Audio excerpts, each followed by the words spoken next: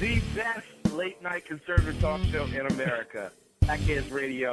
And listen, there are no people better on the air to give you the best in conservative talk than Sackhead Sean and Sackhead Clint.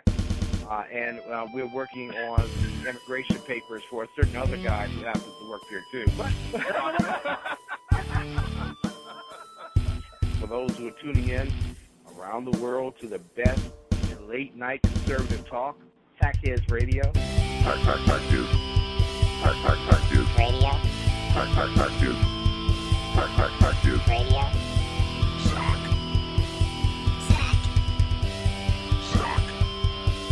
Sack. The best late-night conservative talk show in America. In America. In America. Into the silo. And in this web was a large, I'm pretty sure it was the biggest spider I've ever seen. Oh, that's delicious. That's just yummy. That is delicious. It is magical, to say the very, very least. So we are sharing in the studio a port brewing board meeting, brown ale, We did have a With- board meeting. coffee and cocoa nibs. Sacco's hammered already. Just 1 to 2 sips. That's all it takes This for is the little delicious. I'm ready for the show. man. I'm ready for the show as well. Sacco, let us know when we go live. Anytime you want. You just point the finger to the big red light and we'll talk. All right. We're on it. Are we there? Are we there? Almost there. Good. Happy Tax Day 2015. Oh, I am yes. so excited to be here on Tax Day. Yeah. Thank you. Yes, thank you. Absolutely. We should. Yeah. We're celebrating Tax Day. And This is There's a there is reason. nothing more patriotic than paying a well, that's what this crap country. load of taxes. That's what the country Was founded on. That's why we had a revolution. Was taxes. So we could pay more taxes. No, I don't think that was it. I'm pretty sure King George didn't want us to, and we said no. And we said, no, we need to pay taxes. A lot of them. You should tax everything, like tea, Uh-huh. and then we'll throw a party. Hey, you know what? Nothing says a party like taxing. Right. It is the April the 15th, 2015. Welcome to the Sackheads Radio Show.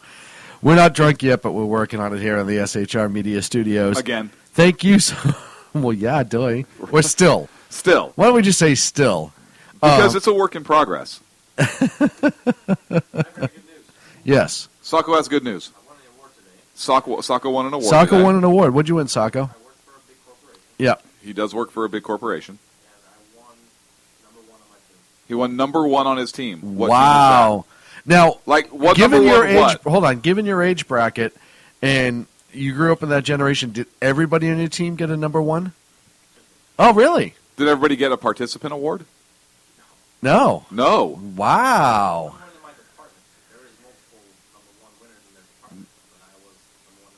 Number one in his department. Hey, you know what? I told you, you push that broom good enough, someday somebody's going to recognize you. And you did it, and I'm proud of you. That's congratulations, Sacco. Hey, Sacco. What'd you get? What was your award? Oh, he finds Yeah. out tomorrow. You can't do that. Will you We're going to have a live segment tomorrow Will you call in on my show tomorrow and tell me? just to find out what the award was. Probably an iPad. Really? Wow. Nice. Very nice. Never gotten an award. That's not true. Remember that hot dog eating contest? I didn't get Oh, an that was award. a movie. Never mind. I didn't Never get an award. I just got free hot dogs. Right, That's I still had to pay the entrance fee. an award. To some, maybe. Well, For you, it is. I'm proud of you, Sacco. Congratulations. How are you, my friend? Not very well. Oakland lost to Houston 6-1. Yeah, Sox Tonight. lost today, but we've won all three of our first series. We beat the series against the Nats. Sorry, Ken. So we're off to a good start. I'll take it. Yeah, congratulations. You beat the Nats. Well, hey, No, it's an accomplishment. it is. It's no different. Hey, it's no different in the win-loss column. That's true. You lost to the Astros. No, the A's lost to the Astros. Yeah, exactly. Lost to the Astros. I know. That's like losing to the Bad News Bears. But worse. But worse. But worse, I think there was 3 people in the stadium that watched the game. Horrible, horrible stuff. Sorry to hear that, my friend. So much to talk about. There really no, we is. don't. Well, There's there nothing is. that happened this week. Well, first of all, I do want to recognize it is the 2nd anniversary of the Boston Marathon bombings. I want to remember all the victims and the first responders and all the people who made a difference on that day. There's a really cool story out of Boston, and I get to give WHDH credit, Channel 7 in Boston. They got together with Lowe's and another company, and for the next year, every 30 days, they're going to different public safety offices. Either today it was the EMS office, the station for the EMS, and they redid their break room and their day room, and they're going to do firefighters, and everything's being donated over the next year. They're going to do firefighters, police, et cetera, and help them out. So I just thought that was really cool. That is really cool. And it was one Boston Day declared by the mayor today in Boston. So, definitely appropriate, given it just last week Tsarnaev was found guilty. So it was, I think it's a good healing day for Boston. So it was definitely a good thing. Excellent. And, we should have done last week's segment on this week's show because of the anniversary. Yeah. I liked that. That was just a fun segment to do. That was a fun segment to do. I actually enjoyed that a lot. And it's something that it's so nice to be able to share what I think on a regular basis with other people. Wait, did that come out wrong? Because they care. Right, because they care. Because they love to listen to us. If you didn't hear last week, you missed out. You missed out. You have to check out, was it the 2nd hour of the show? 9 o'clock hour, I think. I don't remember. But second hour of the show last week, as we had amazing ideas on the death penalty and how it could be implemented. And I'm just this case. In this particular case. Right. So if you have a chance, go to Spreaker and download it and listen to it, because it was, what's the word I'm looking for? Brilliant. Brilliant. I think brilliant's a good word for it. It was interesting, provocative, well-seasoned. Absolutely. Absolutely well-seasoned. What? Let's just go with it. Thank you for everyone hanging out in the chat room this evening. If you're listening on Spreaker or Live 365, just go to shrmedia.com and click live chat. Sucker, we are simulcasting this evening, correct? No. All right. Good job. Good job. Why would we be? I don't know. I just thought it would be easier. But what do I know? I'm just a talking head of the microphone. Yeah, I don't know. Huh? Have you ever heard of the? Hey, have you ever heard of the TV show? Damn I think it was Microsoft named. I think it was getting in named our way. after Sacco, Naked and Afraid. Well, that's him in the cage right now. Yes, that's what I. It's that's the what I mean. weirdest thing. He shouldn't be afraid at this point. By the way, for anyone who doesn't realize, Sacco doesn't have a mic right now, so the only way he can communicate with the It's outside world through is through the sound applause button, effects. right? When he's mad, you'll hear something like that. When he's happy, you'll hear an applause. He's we don't know what that was. I think that means he has to go to the bathroom, and it's just down the hall. To the left and then to the right. He's almost like what's the Transformer? Bumblebee. Right. The Transformer movies. He can only communicate through like sound effects and radio clips. Where is his microphone, anyways? I stole it. Oh, that's right. Oh, he's sad. Why are you playing the communist? Why music? are you being sad, Sacco? Is Hillary due up? Not yet. And Free Sacco immediately comes out in the chat room. He will never be freed, folks. He will never be free. We don't consider it really. It's not incarceration. Slavery or incarceration. It's more like indentured servitude. Is I think the more accurate term. After 7 years, he's good. He'll pay off his debt. 17. 17, whatever. I was counting in dog years. Because it's 150% interest. Okay. I'm glad we worked that out. What? What? Oh, man. What else? It's been a slow week. I have to share because I'm really excited. We. Thanks, Goose. On the 11th. On the 11th of May. Are going to be at Oco. Oco. And we are going to see the Oakland Athletics take on the Boston Red Sox. Yep. Very in excited Oakland. about that. Yeah. Looking forward to it. We have excellent seats. We do have excellent seats. So if you're at Oco that night, I'll be the one who probably gets kicked out. You won't get kicked out. You're a baseball fan, which baseball fans are pretty respectful. Yeah, I want to stay all. Huh? Awesome. I want to stay through all 9. That's just my. I have to.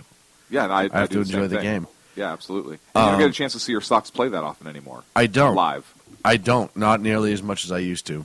obviously. So we're pretty excited about that, actually, to say the very, very least. We were pretty much high-fiving All ever the time. since we got Yeah. the tickets, like virtual and otherwise, Well, and it's the first time that we've gone together to a game, which is shocking. which is kind of shocking considering it's just all schedules. You travel a lot, I do travel a lot. so our schedules get all screwy. But And that's a technical term, folks. Screwy is, in fact, a technical term. what's wrong with screwy? Nothing. It's a technical term. It's an industry term. It's an industry term. Oh, they say that all the time in the biz. Screwy. Oh, yeah, did you hit a Sackheads the other night? Yeah, it was going pretty good, but it was a screwy last 30 minutes. Yeah, totally screwy. I know exactly what you mean. All right, cool. Yeah, but you got to be in the biz to really get it. That's right. Sacco knows what screwy is, huh, Sacco? See? I had an excellent suggestion from a listener. What was that? It came in perhaps via email. But the recommendation was that we play some kind of music, and because dead air, or just kind of like the deadness in the background, might be filled by some sort of music. Really? Yeah. Hey, interesting concept. Dead air like this? Yeah, I think Yeah. that's exactly it. Yeah. I hear it's horrible for radio. I hear dead air is just not good. It's not. It's not. But that's why he was saying maybe a little bit of something in the background while we're talking. The whole time we're talking? No, just like segments like this. Oh. Like a segment music. Hey, Sacco, Perhaps some muzak. for next week's show, can you have some music ready for the first General Jackassery segment? Something appropriate. Something like us. Like clown music. Yeah, I was going to say.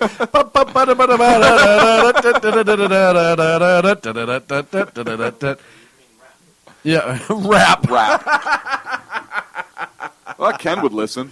Absolutely. Do you have anything by the Supremes? No. Do you even know who the Supremes are? Oh, Ken, I think you may have lost an ally. How do you not know who the Wait, Supremes are? why is Sacco? Ken in the chat room saying Cage Sacco now? All of a sudden, he's turned his That's story weird. around. How do you not know who the Supremes are, Sacco? He's just, look, search it right now online. Dude. With whatever search engine you prefer, as long as it's not Google because they're anti-gun. Man, that's just absolutely frustrating. You're a music guy. You make music. Oh, okay. Well, he's one of those, huh? He listens. He might steal some. You might. Okay, so he's basically saying he might pirate it if he heard it and it was really good. And that's how Vanilla Ice was born. Actually, that's not really how he was born. Well, not born, but his Oh, music career. okay, his Right. music No, career. sorry. You know what? I'm sorry. I should have been more clear in the future on that one. Yeah, because I was going to paint pictures, Oh, boy. Tax day. do graphics. We already covered that. It is tax day, and you know what's ironical? As our friend Paul likes to say. As our friend Paulie likes to say, the Big fat Pauly. IRS chief, John Koskinen. That was good. What was that? Can you turn it down, though? He was in Capitol Hill, and he wants even more money. Well, why shouldn't he get more money? Exactly. That's kind of his point. Why shouldn't he get more money? Am I making his argument for him Right. now? No, completely. He thinks the IRS needs more money to do their job. And don't worry about other agency issues that they've had in the past. They What? just want more money. Name one One what? agency issue in the past. Employees forgetting to pay taxes. All right, that's good. That's one. Targeting Tea Party That's members. two. Spending, what was it, $8,000 on a stair climber. That's three. Office furniture for Four. managers, like $4 million. Four. Market research, $4.3 Market million. research? Yeah, they did market research, How do $4.3 you- million. wait. What is the IRS marketing? It's not like we have a choice. I think that funds their goon squad. Right. What are they selling? What's the ad marketing for? I don't understand. What don't you understand? It's marketing research. It's the IRS. Hi, folks. Alan Thicke here for the IRS. Right. Do you hate yourself? Because we do. That's perfect for us, actually. That should just be our theme from now on. No, it's for the IRS. It's perfect. They're a bunch of clowns. They're a bunch of clowns. That is perfect, Sacco. Thank you, Sacco. And I think that's what was playing in the background when Well, he was asking Congress for more money. Yeah. Wait, play that again. And I'm going to play the part of John Costin. Drop it just a wee bit. Just drop it just a wee. I like how the Irish came out, right? Hi. IRS Tax Chief John Costin here. Hi, We're John. here asking you for more money at the IRS. Well, with this music, how could we say no? Exactly. Here you go. Don't pay attention to the stair climber we spent $8,000 on, or the $4.3 million for market research.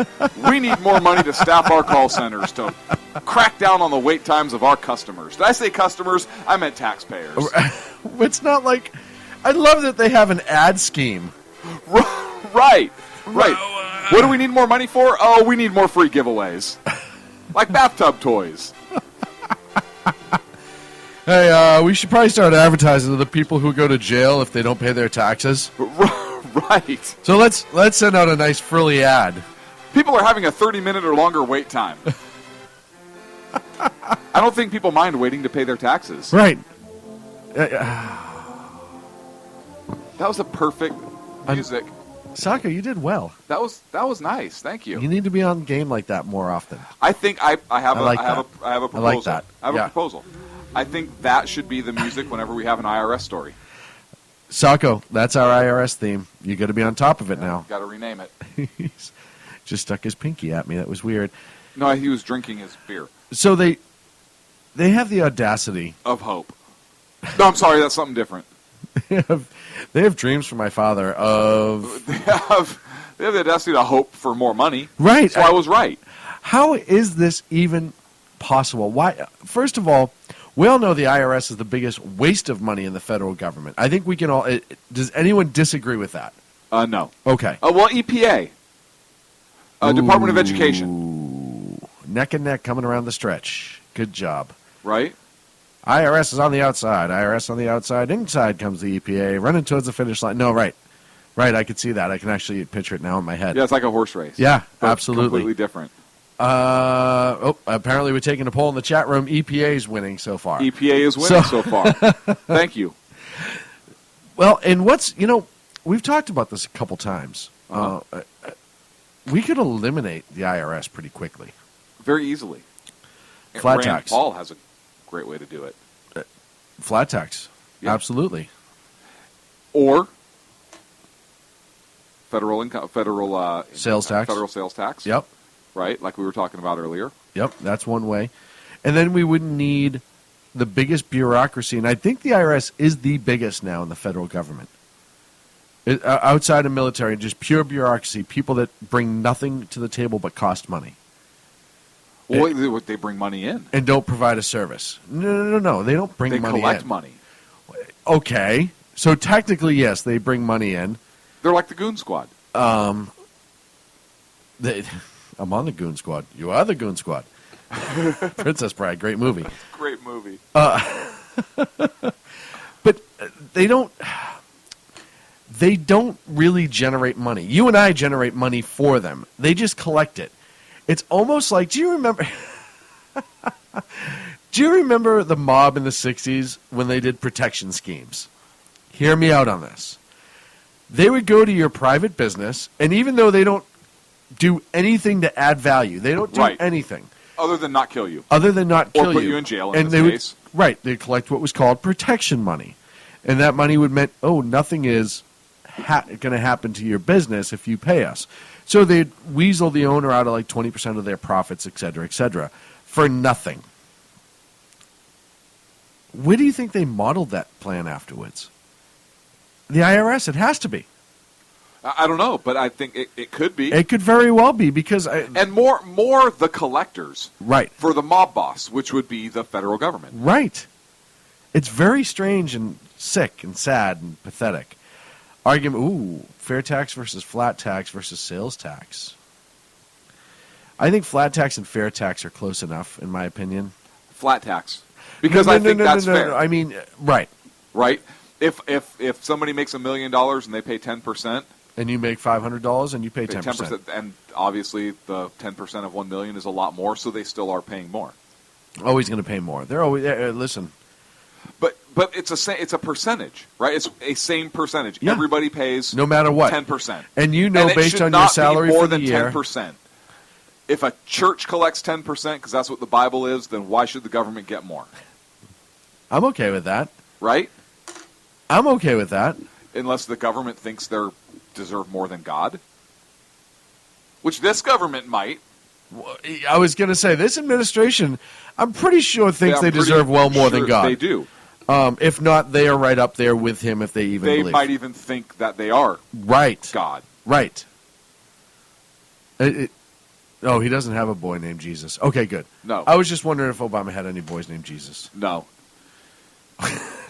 No. Just curious. It's hard for me to remember. He said so many times if I had a kid, it would be like X, Y, and Z. I had to go through the list. Maybe Jesus? I don't know. I'm not judging him. No, I'm not saying you are. Why Okay. are you getting all uppity? Well, yeah, I don't like to be. I don't like it when you look at me that way Like what? with judgment in your eyes. It's not judgment, it's love. Those I love it pale, when it makes you speechless. black, You stopped and looked doll at me. eyes that you have. Right? I'm just giving you this doe-eyed look. I'm just amazed at your intellectual beauty. I think it's absolutely amazing that the IRS could think for a minute that They don't. They don't think. No, let me finish. They don't think for 30 seconds, let alone a full let me minute. finish, though. Oh, I'm sorry. I thought you were done. That's I understand.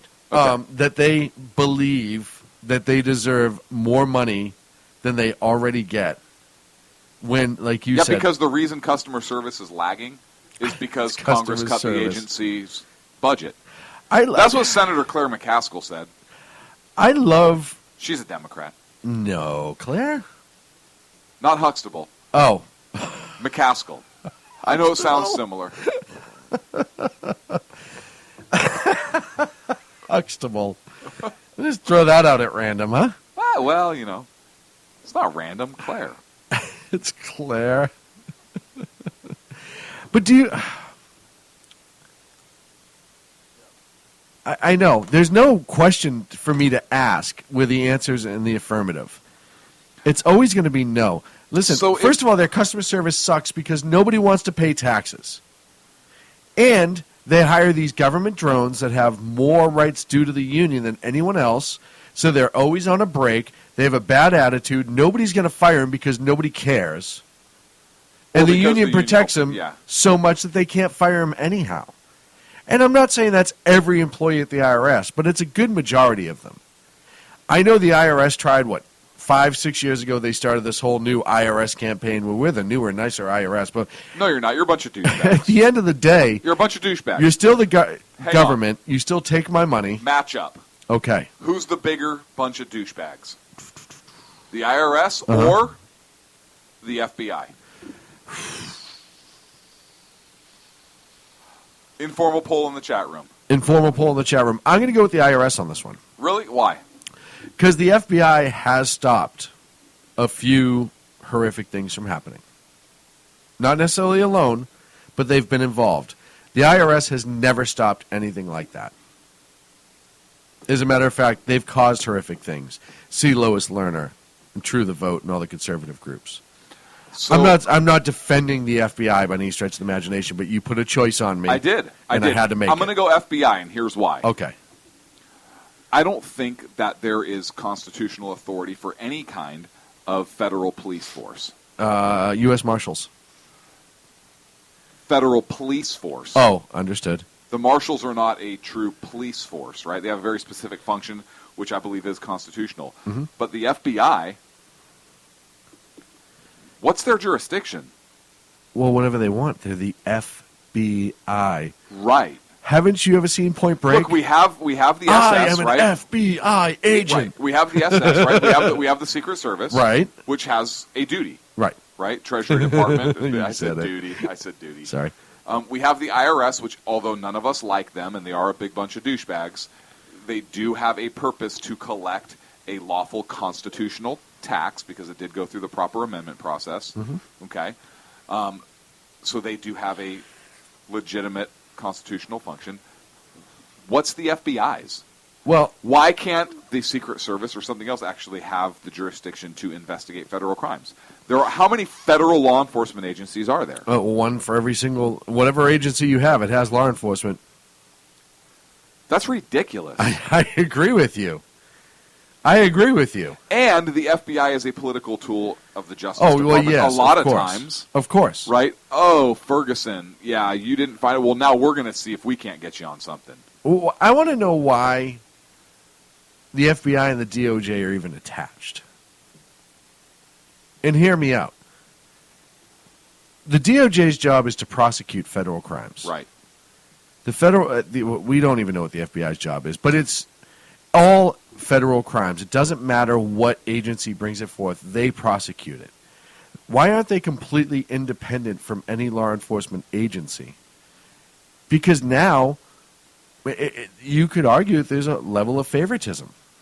You could argue that there is absolutely some sort of shenaniganry going on between the two departments, whereas they should be completely separate. As a matter of fact, the DOJ should just be completely separate from all federal agencies in general. Answer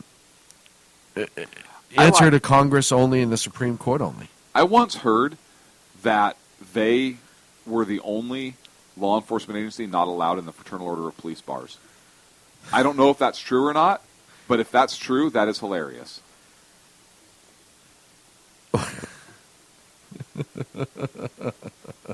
It wouldn't shock me. Listen, I know a few law enforcement agents, and they'll tell you nobody likes the FBI. Not even them. Nobody does. It's kind of funny, actually. They're the federal hall monitors, if that makes sense. They are. Okay. They just stand in the hall and yell at people for running or whatever. Right, okay, terrorism. Uh-huh. They do terrorism. What's Homeland Security do? Ooh, they do terrorism too. Okay. Why doesn't there's military law enforcement, right, that can do international terrorism. ATF? Domestic terrorism, ATF. Marshals. Right? Marshals, ATF, Marshal both Service. of those. Counterintelligence. Don't we have a CIA? NSA? NSA, CIA. Yeah. Cybercrime. Well, cybercrime usually involves money, Right. more often than not. Okay. So if it involves money, Treasury Department. Treasury Department could do it. Or if it's hacking or something of that nature. If it's... NSA. Thank you. Weapons of mass destruction. Terrorism, Right. I would argue, right? That could... Public corruption. How's about whatever office it is, right? If it's... Wait a minute. Why can't local law enforcement deal with that? Well, hang on. Public corruption. So if it's at a state level, then state authorities could handle that. If it's a federal level, you have D.C. police. Yeah. You have Capitol U.S. Police. Capitol Police. Yeah. You have Secret Service. You have a lot of them that could You have deal a with lot it. of them that could do it. Civil rights. Ooh. Every law enforcement agency out there. Yeah, could do that. Why couldn't that come directly from the U.S. District Attorney's Office? Yeah, I don't know. You assign investigators to them. Organized crime. Local law enforcement. Yeah, local law. Or if you need bigger resources, then you still have Marshal Service, right? Other organizations. White collar crime. I know. Local law enforcement again. Right. Violent crime and major threats. Bank robbery, I would argue Treasury Department. Mm-hmm. Right. Art theft. This is specific on their website. Art theft? Art theft. Well, why doesn't the Department of Art please take care of that? I don't know. I don't know. Online predators, retail theft, vehicle theft. I'm pretty sure there's agencies out there that do vehicle theft. I can think of one in California, California Highway Patrol. That's kind of what they do, speeding tickets and vehicle theft. think that's all they do. That's all they do. And, like, crashes or something. I don't know. Does the FBI really need to do vehicle theft? So that's my argument for the FBI being the bigger group of douchebags. Are you playing this? Is this segment going to be on your radio show? Not this one now. Okay, if this one's not going to be on there, then I would say the FBI, instead of being the bigger douchebags, is a bigger bag of dicks. I don't know if I'll have time. We'll see. We'll see. It'll be close. Okay. I'll have to time it. Thanks. Time it. No, thanks for making that easier on me. I appreciate that. Because now I know the first 30 minutes are out. Exactly. I asked before I threw it out there. Oh, we're up against a break. When we come back, I talk 2016, Hillary, Rubio, the United Republican Front, and more. Somebody just said I'll have what Sean's drinking. Well, Clint already told you. Again, what it is. Yeah, it's a Port Brewing board meeting brown ale with coffee and cocoa nibs. Sackets Radio back in 3. $10 bottle of beer right here. By corrupt politicians. You got a business. You didn't build that. A team of ordinary men emerge from the ashes to give voice to the voiceless and hope to the hopeless. Sackhead Sean. Dude, I'm not saying calf for the stupid pro. Sackhead Clint. All good friends of ours usually show up drunk.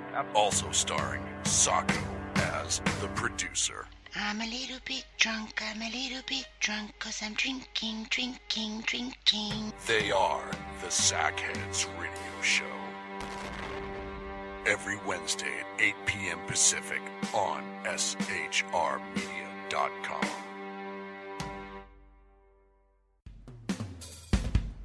This is Tammy Jackson, inviting you to join me on The Tammy Jackson Show every Tuesday night at 7 p.m. Pacific on the 405radio.com. Put down that remote and tune into the show that covers politics, guns and the Second Amendment, religious liberties, sanctity of life, the military, and more. I host newsworthy guests and work hard to be a conservative radio show that's not like all the others. So save Tuesday nights at 7 p.m. Pacific for me, Tammy Jackson, on the 405media.com. Who listens to the Andrea Kaye Show? Let's find out as we eavesdrop on listener Roger Johnson in Encinitas. You know, if our policy is going to be bring any child who comes across the border and says coordination, we have to take them in. Okay, so apparently Roger fell asleep in the middle of my brilliant political tirade, and now he plans to sue me because I put him on the air, sleeping. Obviously, he's a liberal. Snoring, not an option while listening to The Andrea Kaye Show, Tuesday mornings at 11 on Financial News and Talk. You know I'm right. Y'all know I'm right. Hello, I'm Matt, a student at Hillsdale College. Here is Hillsdale President Larry Arnn on the continuing relevance of the Constitution. Many argue today that the Constitution is outdated because it addresses problems peculiar to the 18th century.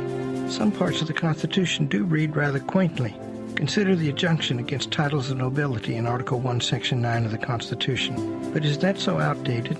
The purpose of the injunction is to prevent the government granting special privileges to some for partisan reasons. This strikes at the heart of the rule of law. The crony capitalism so common today is a place where the government bestows favors and tax dollars on some businesses to give them a leg up over others. This is exactly the kind of thing the Constitution was meant to prohibit. The Constitution is not so outdated after all.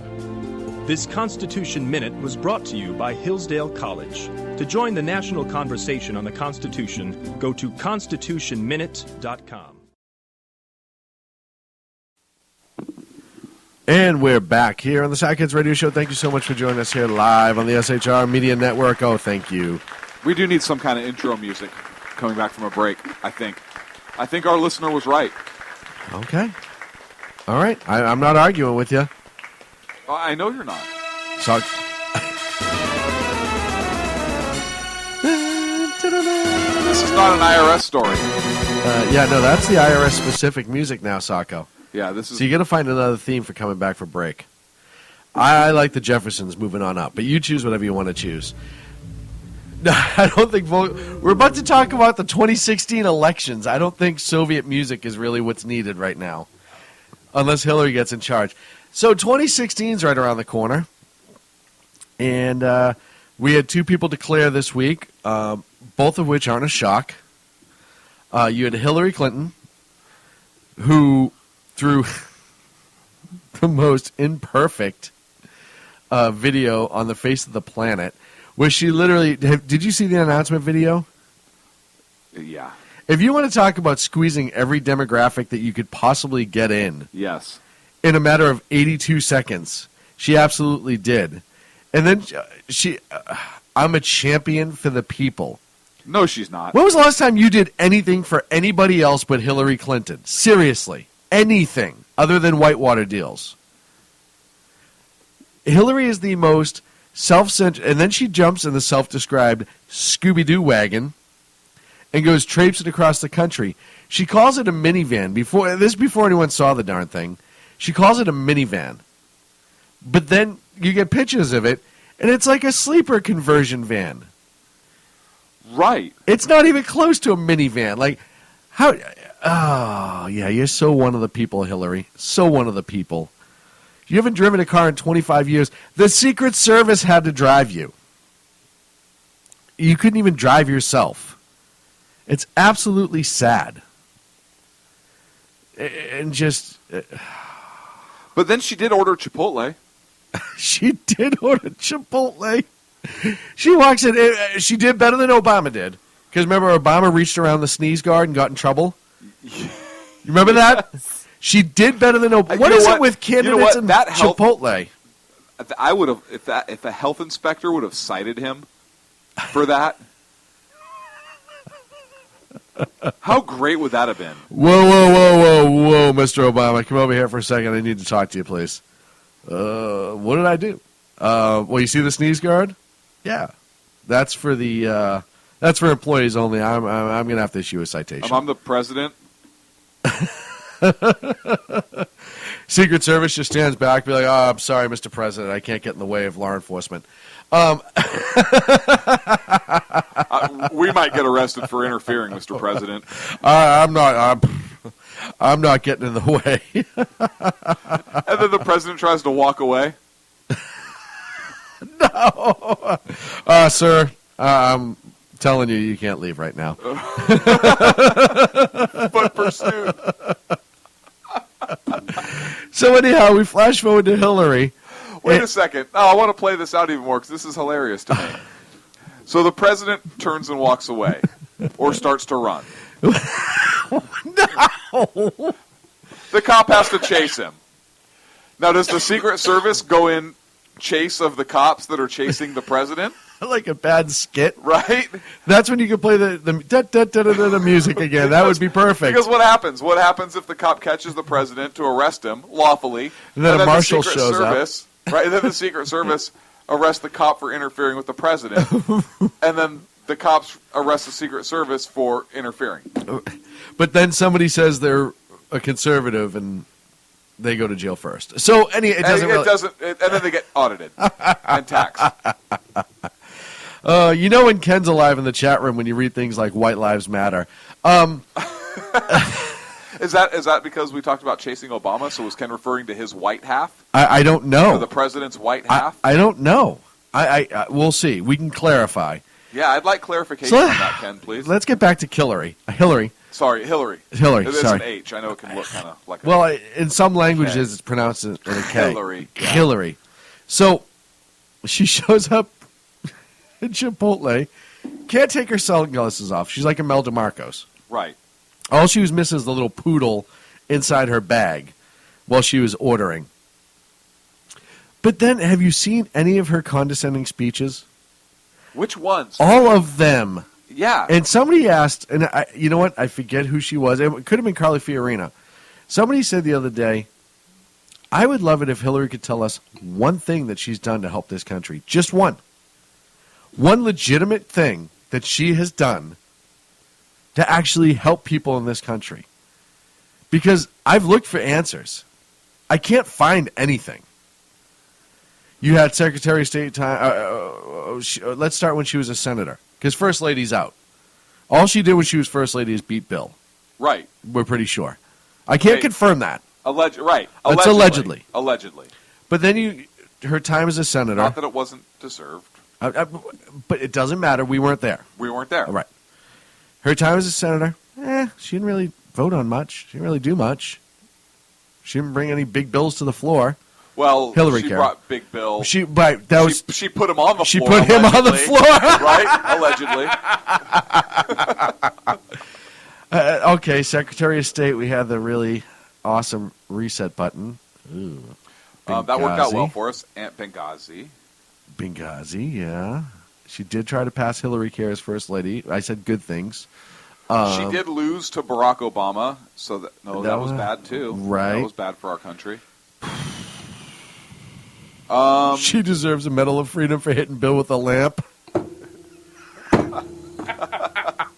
Allegedly. In the chat room. I didn't say that. It was That in was the in the chat chat room. room. Allegedly. But what has she done? Bill. Other than trying to make us look bad. I don't know what she's done. I can't find an answer. What qualifies her to be president? She's been a mother, which is not an easy job, particularly in a very public lifestyle, in a very public way, right? I don't trust you on this. No part of me trusts what's going to come out of your mouth next. No, she did a great job raising her daughter, perhaps. I mean, she's a mother. That is the toughest job in America, right? Unless you're a cheating person. And okay, I have a perfect example for the great job she's done. She hugged Kissinger. I have a perfect example for the kind of parent she was. What? When the Secret Service agent came to pick up her daughter, right, and take her, and the daughter was on the phone, and Chelsea. Said, "Hang on, the pigs are here," or something like right. that. And then so she raised the kids well. The agent said something, and she said, "Well, that's what my mom." Oh, that's a bad example. That's not a good example. I'm making your case for you. So her hang out with Saul Alinsky? No, that doesn't do it either. Cloward Piven? Accuse people of a lot of things, bounce her fist on the desk and say, what difference does it make? Nothing.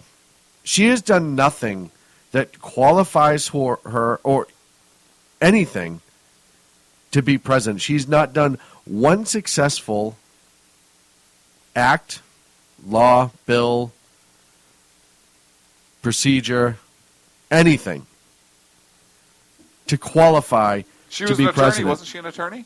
Well, she got in trouble because she was working on the Nixon case, and her Democrat boss accused her of being unethical and a whole bunch of other things, so she got fired from that. So, no. Because she was being unethical in the Nixon investigation? Yes. So that's not really... She authorized Kosovo, according to Jason. I'm pretty sure that was Bill. I mean, the argument can stand that everything that Bill did, Hillary told him to. You could have that argument, but we can't confirm all that. Right. So let's stick on the public record that we know.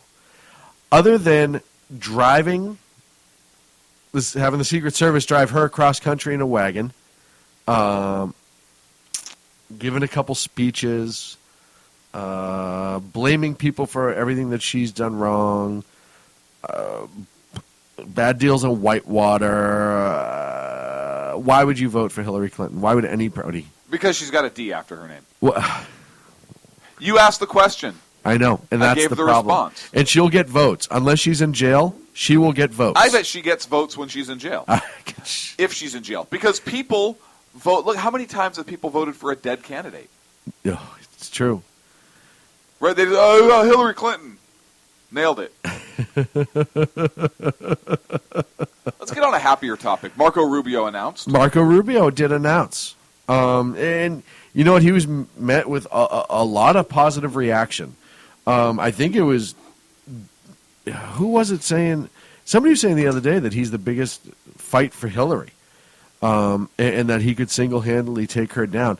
And listen, Rubio's one of those guys... I think any of these three candidates could take Hillary in a I agree. presidential. I really do. I agree. And I don't like Rubio's stance on amnesty. That's my biggest difference with Or him. his taxes. Yeah, amnesty and taxes, I'm not okay with it. That doesn't mean That doesn't mean Congress will ever put that bill in front of him for him to sign if he's president. Right. And that unless he has a Republican Congress. Right, but even then, they may not put that specific bill, and it won't be the Gang of Eight. They may actually change it and modify it, and he'll still sign it. So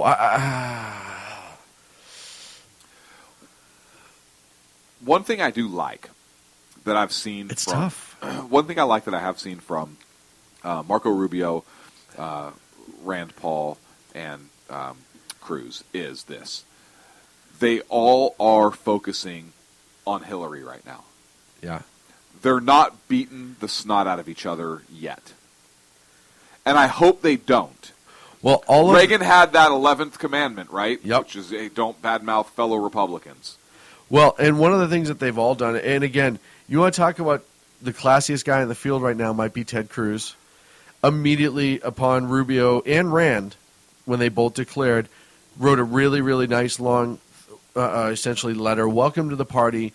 What they bring to the floor. How much positive conversation will come as a result. How much better the running in general will be, the candidacy in general.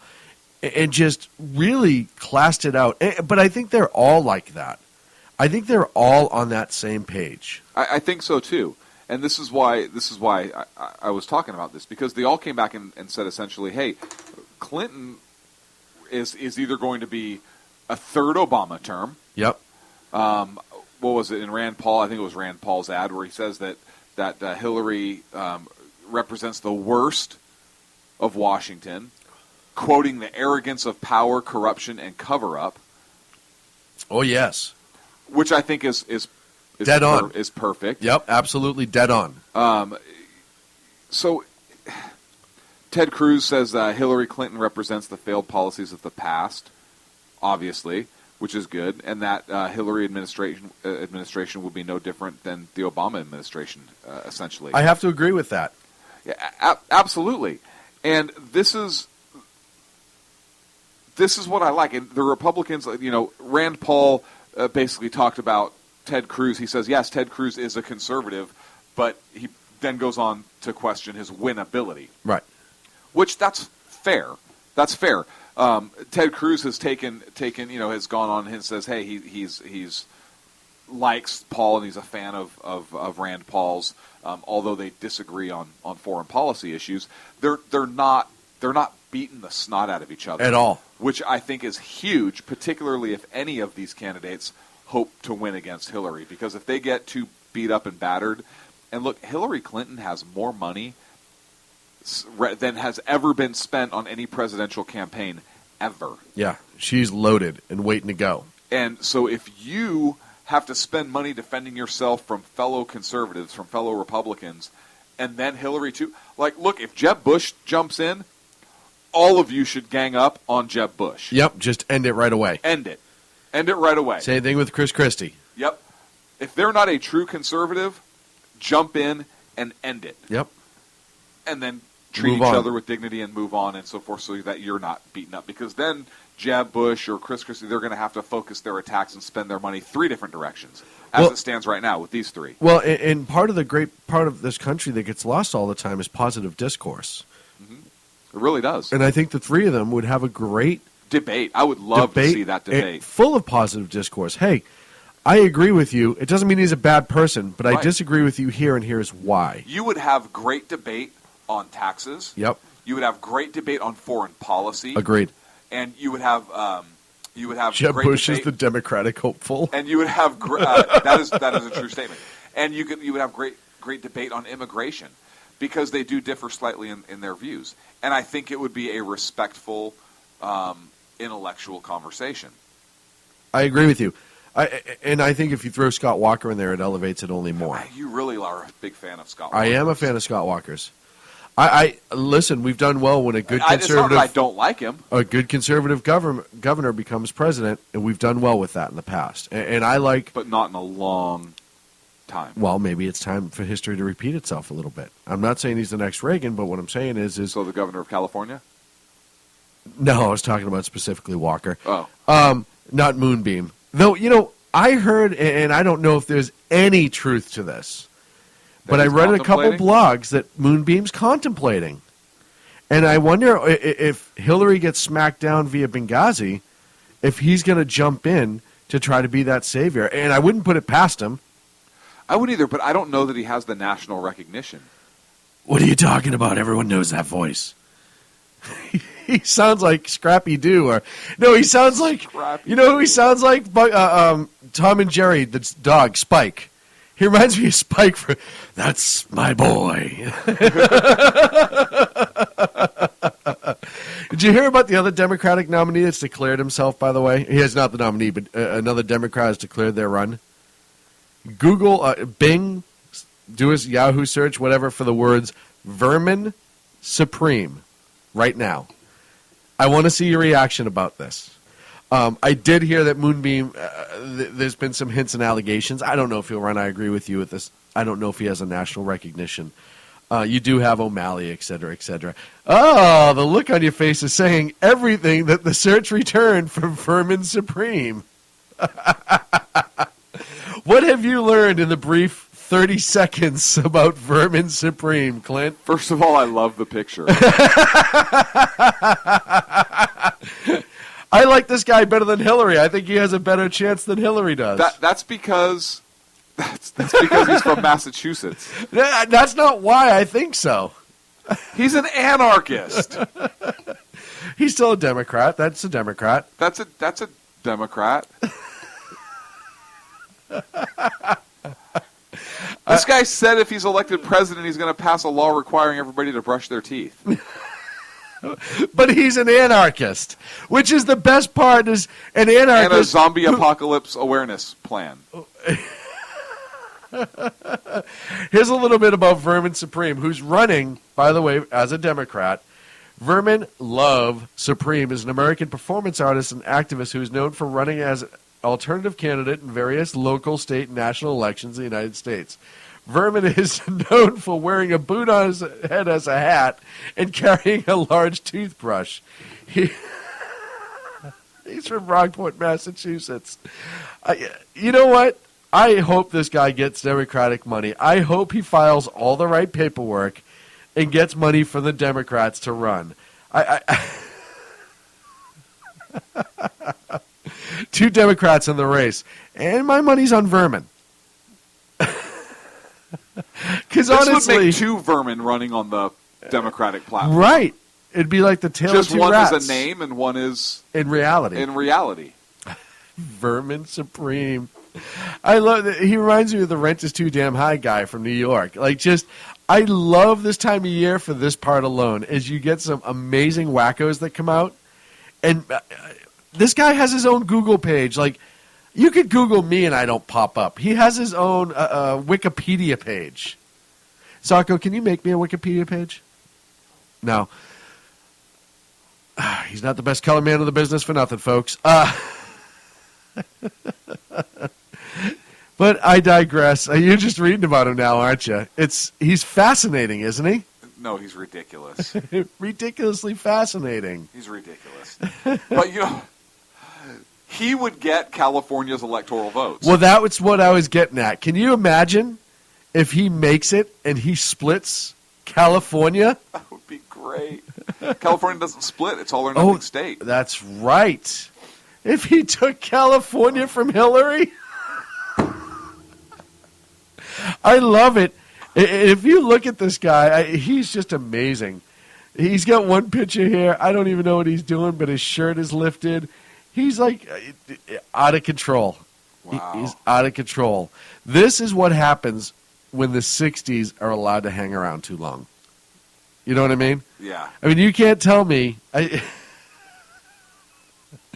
want to wear a rubber boot in my head like that, just to see the reaction. I just want to live a day in that guy's shoes.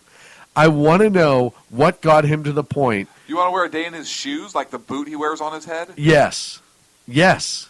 So you want to get inside his head? I want to get inside his head a little bit. Just to know what he's thinking. Just to know. Like, how does that work? Oh, man. This is just awesome. But back to Rubio. And really, even MSNBC and a lot of the left haven't gone after Rubio too much. And I don't know if they're afraid, I saw... Well, right now they're too busy going after Rand Paul for being anti-woman because two female reporters were asking him ridiculous things, interrupting him, and he basically... Well, let me finish. He didn't say, hey, listen, Toots. Right? Hey, Broad, listen, you don't know. He didn't say any of those things. I thought he was respectful. I watched the spots, but they're attacking him as anti-woman. Yeah. And here's the funniest thing, and I may aggravate some women right now, and I apologize. You've been doing it your whole life. I know, but this time's kind of on purpose. For all the... If that was a male reporter, nobody would have said boo. Right. Like, literally, nobody would have said boo. At all. Or got mad at Rand Paul for attacking back like that. Right. Unless it was a African-American reporter. Then he would have hated... George Stephanopoulos. Let's Right. just keep George Snuffleupagus. George Snuffleupagus. I think that's what Jason Miller calls him, and I enjoy that.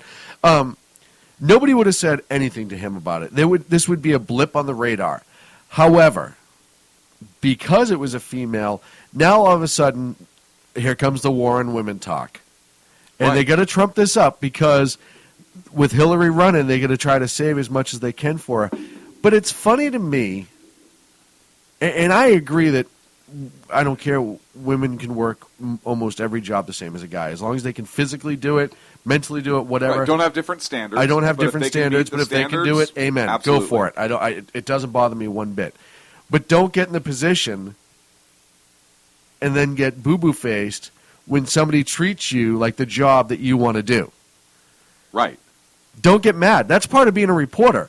When you're doing an interview with a presidential candidate, anybody, the potential for them to push back at your editorialization versus asking a direct question is there. And all the feminists on the left, the same ones that smashed a urinal the other day to stand up, did you hear about that? Some feminist at a feminist rally went into the men's bathroom and destroyed the urinals. Well, yeah, because they're angry that men can pee standing up. Well, that's a big deal, Sean. You know how I'm getting even? How? I'm never lifting a toilet seat again. Hear my roar. That's it. Toilet seats, staying up. They're all staying up. I'm going to glue them up. They're staying up? Up. I meant never leave one down. Okay. I'm going to glue them all up, and that's how I'm going to fight back. But why glue them? Just remove them. Just remove them. No, I'm going to use We're them starting too. a campaign. We're starting a campaign. Oh, no. Let's get away from this. That's a great campaign. Let's just walk away. That is a brilliant idea. So take a picture and send it to us. But send it in to us. Preferably before you end up in the bowl. Right. But I don't understand why he is not allowed to clarify. And she was doing a gotcha interview, Samantha Guthrie. She was trying to. Totally was. Complete editorialization, not one direct question. Or she'd ask him a question and insert the answer that she wanted to insert versus the answer that was actually being given. Mm-hmm. And he pushed back, as he should have. Yep. And everybody on the left is already starting the anti-woman campaign. Did you hear about the news? I think it was out of Dallas. It was a local news station. A woman posted when Hillary announced on her personal Facebook page, and that you want to tell where this whole election's going to go. A woman posted, hey, I don't think a woman can be president because of X, Y, and Z. I just don't think it's right. Her personal opinion, personal Facebook page, she has that right. I don't agree. I think anyone who's competent could be a good president. I don't care who they are. But she has the right to say But she has the right to say Absolutely. it. The news did a 2-minute top-of-the-hour story about it, reading all of her comments, all the comments back. But if you don't think that they're not going to start with this false war on women narrative, it's already starting over a nobody Facebook post. It wasn't like it's Rand Paul's Facebook post. Right. Where you're like, all right, this garners attention. Right. It's just an everyday woman who is like, I don't think women should be president. In 2 minutes at the top of the news hour, already starting the brainwashing. It already starts. And the last picture I saw after I was reading that, said with Obama, everyone called you a racist. Now everyone's going to call you a sexist. If you don't agree, you must be a sexist. Yeah. We're up against a break. We come back and catch up on the Iran deal. Congress gets involved in state response as well, and more here on the Sackheads Radio Show on the SHR Media Network. Back in 3. In a world controlled by corrupt politicians, You got a business. That you didn't build that. a team of ordinary men emerge from the ashes to give voice to the voiceless and hope to the hopeless. Sackhead Sean, Dude, I'm not saying calf for the stupid pro. Sackhead Clint, All good friends of ours usually show up drunk. also starring Sacco as the producer. I'm a little bit drunk, I'm a little bit drunk, 'cause I'm drinking, drinking, drinking. They are the Sackheads Radio Show. Every Wednesday at 8 p.m. Pacific on shrmedia.com.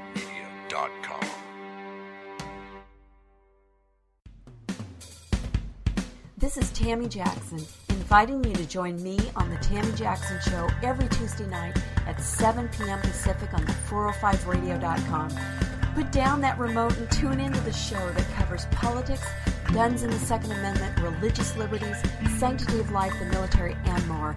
I host newsworthy guests and work hard to be a conservative radio show that's not like all the others. So save Tuesday nights at 7 p.m. Pacific for me, Tammy Jackson, on the 405media.com. Who listens to the Andrea Kaye Show? Let's find out as we eavesdrop on listener Roger Johnson in Encinitas. You know, if our policy is going to be bring any child who comes across the border and says coordination, we got to take them in. Okay, so apparently Roger fell asleep in the middle of my brilliant political tirade, and now he plans to sue me because I put him on the air, sleeping. Obviously, he's a liberal. Snoring, not an option while listening to The Andrea Kaye Show, Tuesday mornings at 11 on Financial News and Talk. You know I'm right. Y'all know I'm right. Hello, I'm Matt, a student at Hillsdale College. Here is Hillsdale President Larry Arnn on the continuing relevance of the Constitution. Many argue today that the Constitution is outdated because it addresses problems peculiar to the 18th century. Some parts of the Constitution do read rather quaintly. Consider the injunction against titles of nobility in Article 1, Section 9 of the Constitution. But is that so outdated? The purpose of the injunction is to prevent the government granting special privileges to some for partisan reasons. This strikes at the heart of the rule of law. The crony capitalism so common today is a place where the government bestows favors and tax dollars on some businesses to give them a leg up over others. This is exactly the kind of thing the Constitution was meant to prohibit. The Constitution is not so outdated after all. This Constitution Minute was brought to you by Hillsdale College. To join the national conversation on the Constitution, go to constitutionminute.com.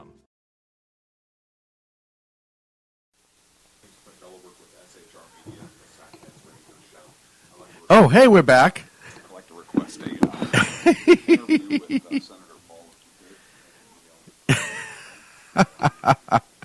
Here's the best part. You know we're working hard behind the scenes when you hear stuff like that. It is the Sackheads Radio Show. Welcome back to the 9 o'clock hour here. Oh, so much has happened with the Iran deal in Congress. Earlier this week, the Senate essentially turned around. Obama said, hey, I'm going to cut this deal with Iran. And the Senate said, not so fast. We have to approve it. And they passed a resolution.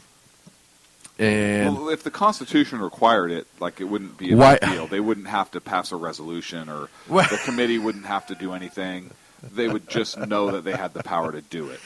You would think. You would think in a perfect world, it should already be understood. If I was, I wouldn't have passed anything. I'd be like, we don't have to pass a law because we already have the authority to do this. Yes. I don't need to pass something else to reaffirm something that I can already do. But it's Washington. I don't have to pass a law saying that I can say whatever the heck I want. But it's Washington. We just pass bills to pass bills. You know that. Right. Why do you have to pass a bill saying that you have the right to speak freely? It's in the Constitution. Well, it's the First Amendment. Well, no, just because we just want to make sure. I think this was stupid. I think it was stupid, but in a way it had to have happened. The president has to be reminded because he doesn't know the Constitution, apparently, and he doesn't understand how our way of government works. Right, so highlight it, mail it to him, fold it in a little paper airplane, fly it to Joe Biden while he's in session, right? Let him catch it like he's chasing butterflies around the chamber, chasing little paper airplane. I like paper airplane. Constitution sections. Paper airplane. And then, hey, here, give this to the Prez. Oh, I tripped over Reed. This is pure malarkey. Tripped over Reed. That's how Reed got hurt. It wasn't the exercise equipment. Joe trampled him accidentally. I got that black eye. I tripped over Harry. Guess what poked his eye? Give me a beer. Anywho,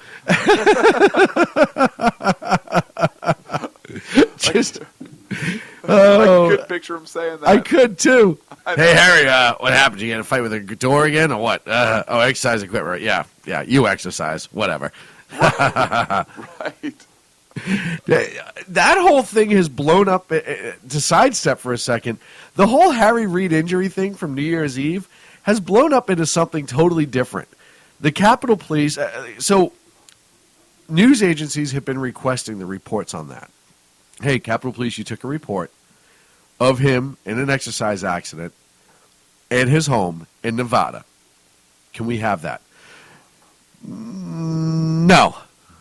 Well, why not? If it's just exercise equipment at his home in Nevada. No. Okay, well, we're going to start filing. Yeah, and see what you resigned. Why did the chief resign? The chief just resigned. The Capitol Police chief just resigned. And then you find out that his brother, Larry, you can't make that up. He has a brother, Larry. It's like Larry and Harry. It's like Bizarro Superman. Larry and Harry. Larry and Harry. They should have their own movie. It's like, you know what I picture? Hi, I'm Larry. Hi, I'm Daryl. It's my brother Harry. So his brother Harry Reid, who apparently is Larry Reid, sorry. Larry Reid. Who's apparently a pretty bad dude. He's had some run-ins with the law and he's got a drinking problem. Was arrested later that night after he showed up to an AA meeting. And apparently in Vegas on New Year's Eve, they have one every hour around the clock. Okay. He shows up to the AA meeting, covered in blood, half-wrapped, has bruises, didn't really want to discuss it. And they haven't confirmed that it was Larry specifically because there's anonymity and nobody knows who it is. Right. Leaves the meeting, allegedly, and he's arrested for DUI and fighting with law enforcement like an hour and a half later. Okay. And this is all after the incident allegedly happened. He has been arrested for assault and battery before. He's got a record, like he's a bad guy. And the Capitol Police won't release their reports. I've also heard allegations that there was some mob people in Vegas who had an axe to grind. I don't know that I buy that one. I'm not saying it's not possible. Yeah. Anything's possible in Vegas. The brother one I find believable. Right, but why wouldn't, if his brother's already tarnished and everyone knows his brother's kind of no good? Because it's still kind of, it's trying to protect the family name. Right? No, I think they would arrest him. I think they would arrest him and just call it a day. Because it's eventually going to get out. Now. It doesn't matter. He's not running for another term. Yeah. That's kind of ironic, isn't it? All of a sudden, the man that never wanted to leave the Senate is all of a sudden up and retiring all of a sudden. No, I'm a great family man. Yeah. I'm out. I'm just saying this story has there's a lot to look into this. It's very, very strange. It's very strange.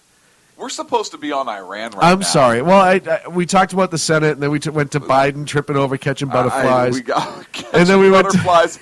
I just picture Joe Biden catching butterflies. Like, hey, we need to keep Joe busy for a little bit. Do you have the canister of butterflies? Yeah, I got them right here. How many butterflies are in the canister? 15. Okay, release him in the Oval Office. We're going to shut him in. And we're going to go have a meeting. And you just hear stuff falling over and lamps and windows breaking. Is anybody good in animation can do kind of a low-bid cartoon on that? All you hear in the background because that Just running in circles. And then 15 minutes later, I got one! How many were there in there? None. We just told them they were hiding. Really? Yeah. Can you imagine? No, I like it better butterflies flying around. They're chasing them. Either that or I just picture Obama giving a speech in the Rose Garden, and you see a butterfly waft by his face, and then Joe just comes barreling through, taking down the whole The podium goes down. Sorry, Barry. Just gets up and keeps going. High fives him first. This one's a pretty one.